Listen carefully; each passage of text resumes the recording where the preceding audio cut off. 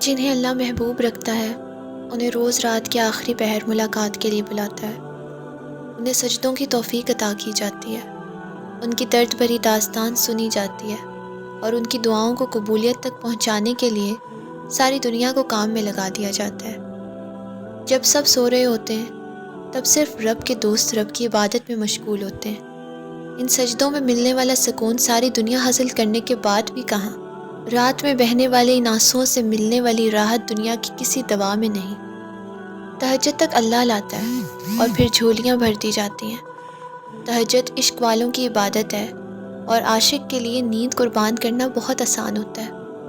جب بندہ اپنے رب کو جان جاتا ہے، جب رب العالمین کے لیے کچھ بھی چھوڑنا مشکل نہیں رہتا، اللہ تہجد تک اسی لیے لاتا ہے تاکہ انسان اپنے خالق سے روز ملاقات کرے اور اسے جاننے لگے، اور جب یہ تعلق بننے لگتا ہے پھر سارا دن اللہ سے ملاقات کے لمحات یاد آتے ہیں۔